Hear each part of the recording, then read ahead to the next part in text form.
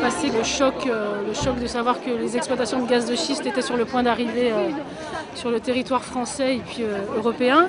Donc j'ai décidé en avril dernier de faire un tour de France des collectifs anti-gaz de schiste et avec une banderole que j'ai fait signer par plus de 4500 personnes, une banderole qui a été hissée ensuite au sommet du Mont Blanc et rapportée le 10 mai devant l'Assemblée nationale voilà, pour montrer la cohésion des Français par rapport à cette perspective d'exploitation, c'est-à-dire que les gens n'en veulent pas et aujourd'hui la mobilisation ici le prouve et je suis vraiment heureuse puisqu'ici je suis dans ma région puis je suis née ici.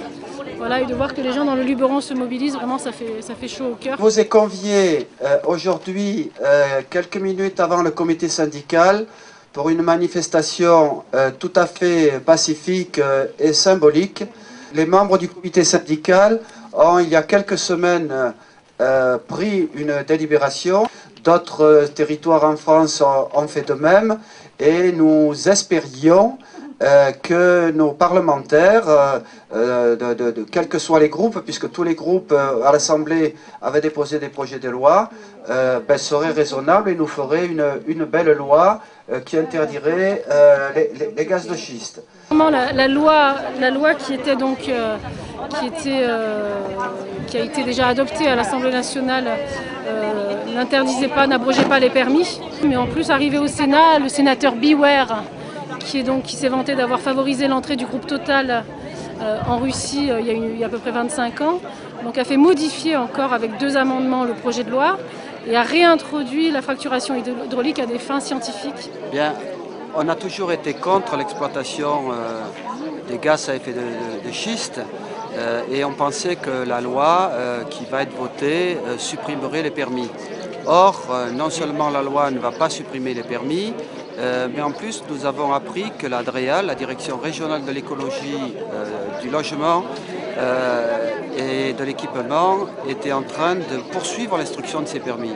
Donc j'ai demandé à tous les maires du territoire, parce que sur le territoire du parc, 60 communes sont concernées par de possibles forages, de venir ici symboliquement manifester et une délégation du parc du Luberon portera cette déclaration au directeur régional.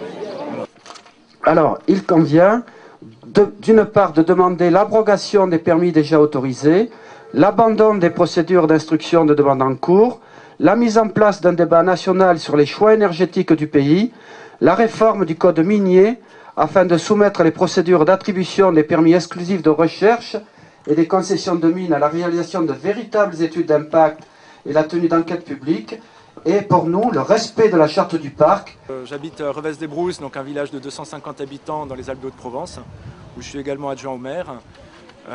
J'ai été alerté de l'histoire des gaz de schiste, je dirais un peu par bouche à oreille, par un certain nombre de militants sur d'autres combats.